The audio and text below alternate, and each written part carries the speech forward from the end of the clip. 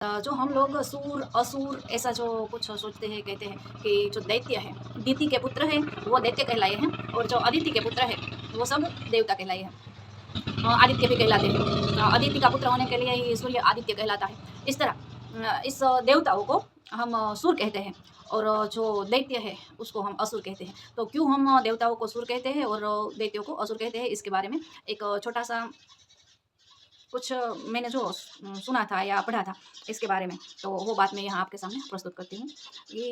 ये बात वाल्मीकि रामायण के अंतर्गत बालकांड का 45वां जो सर्ग है उसके अंदर आती है और 36वां और 37वां श्लोक है। इसके भीतर ये बात कही गई है कि एक बार के दौरान जब देवता और दानव समुद्र मंथन कर रहे थे, उस वक्त समुद्र में से कई रत्न प्राप्त हुए थे।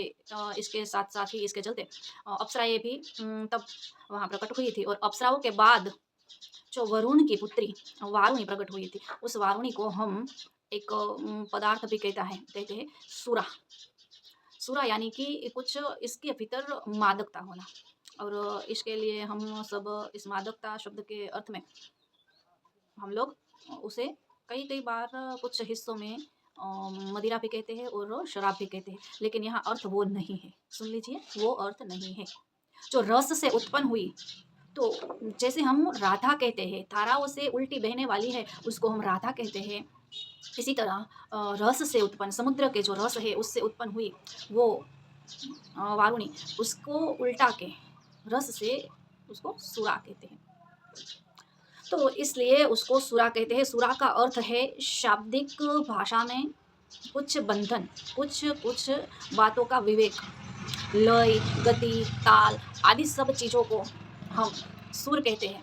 जब हमारा कंठ अच्छे से बात करता है, जब नाद उसमें से निकलता है, तो उसको हम सुर कहते हैं। इसी तरह ये वारुणी वो एक सुरा है। सुरा यानी कि जो स्वर में अत्यंत कोमलता से बहने वाली। तो उस कोमलता से बहने वाले स्वर को यानी कि सुरा को, स्वरा को देवताओं ने वरण कर लिया। दानव जो दैत्य थे उन्होंने मना कर दिया कि ये बात हमसे ना हो पाएगी क्योंकि हम स्थिर बुद्धि नहीं है। दानवों के भीतर उसकी बुद्धि जो है वो स्थिर नहीं है, उसके भीतर विवेक नहीं है। वो लोग कुछ ही देर में क्रोधायमान होते हैं, कुछ गंदी-गंदी बातें भी बोलते हैं।